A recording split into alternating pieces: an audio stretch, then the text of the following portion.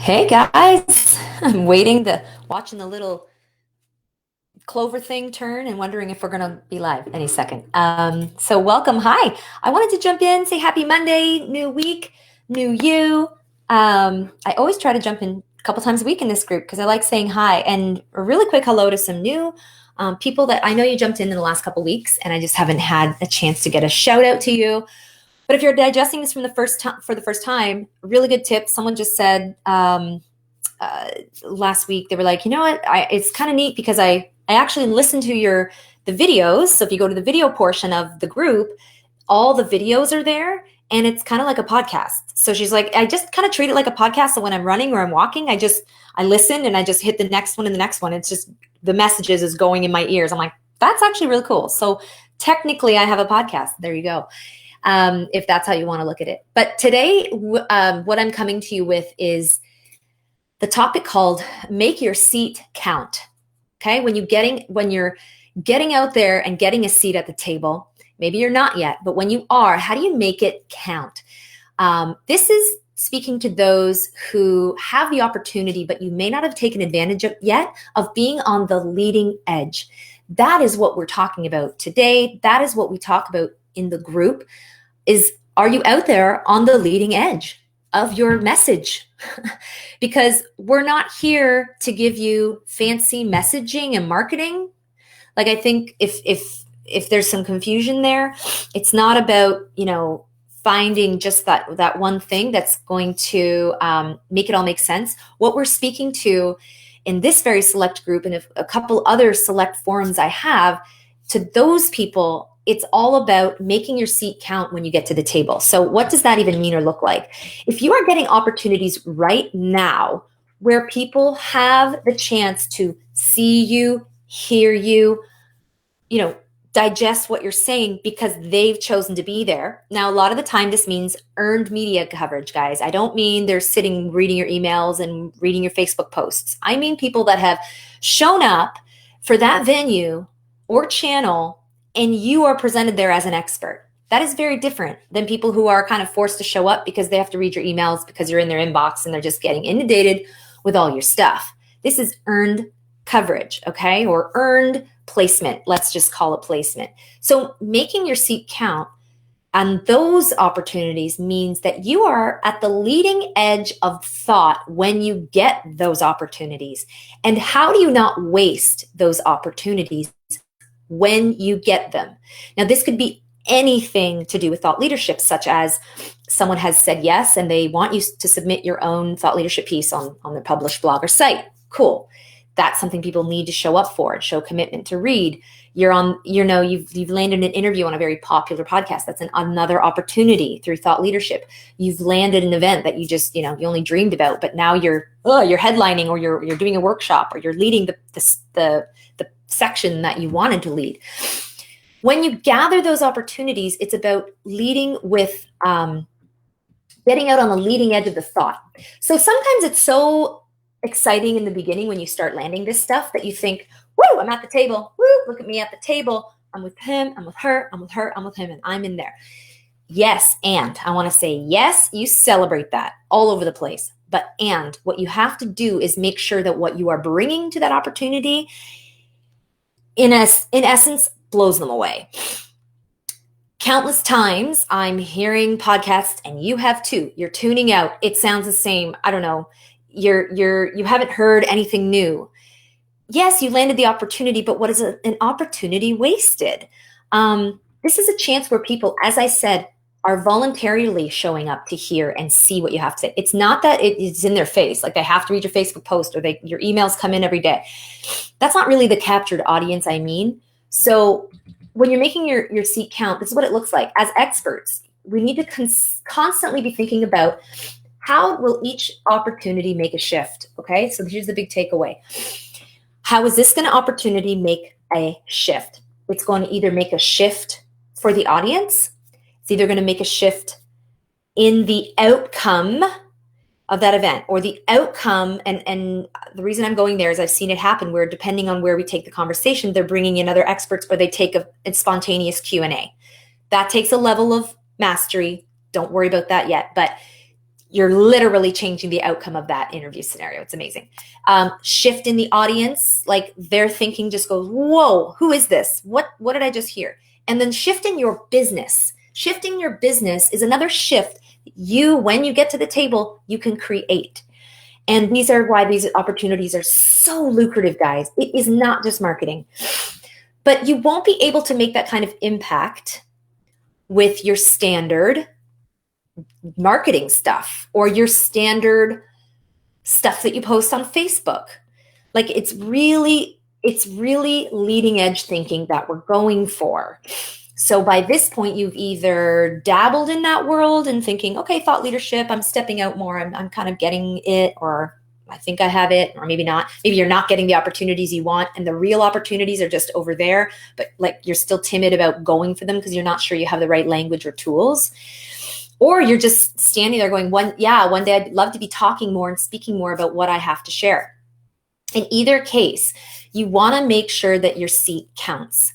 You want to make sure that when you get those opportunities, don't just give them what you just said in your email the other week. It's got to be the leading edge stuff. So this is the stuff I'm talking about in the, if you've watched Webinar 2.0, there's this thing called the thought leadership pitch. If you haven't seen the new updated webinar, it is actually in, I keep pointing this way. I think I'm supposed to be pointing this way. It is in the, go to the tools, go to the About Us, because there's the new 2.0 in there. The link is the same. It brings you to something different. It's 30 minutes. But I talk about this, this expert pitch, and it's a package that all you have to do when you've done it and when we've built it correctly, you take this package, call it a briefcase, call it a gift, whatever you want to picture it as, a box under your arm that you take. And depending on the opportunities you want, you're selecting out like the right message, the right pitch. You've already created all this, by the way, the right speech. It's all set up with the leading edge language and the leading edge thinking. That's the deal I want to make clear here. You should not have to think about how am I going to be brilliant today? Ooh, what brilliant idea am I going to have today? You're just getting in the same loop of what everyone else is suffering with, which is like, what do I talk about today? If you do it right the one time, you can always speak to your leading edge thinking in a new way, not a new idea and a new topic every 5 minutes. And you've heard that before from me.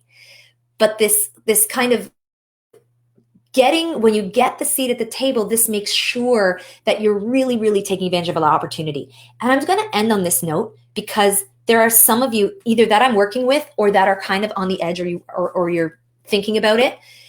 Your message is so personal. Your message is so profound, maybe even emotional, that not everyone's, but sometimes the message is so important that that's the other reason why you should be at the table. What you stand for, what you believe in, what you know and have experienced to be true, and therefore that's why you are standing there saying it.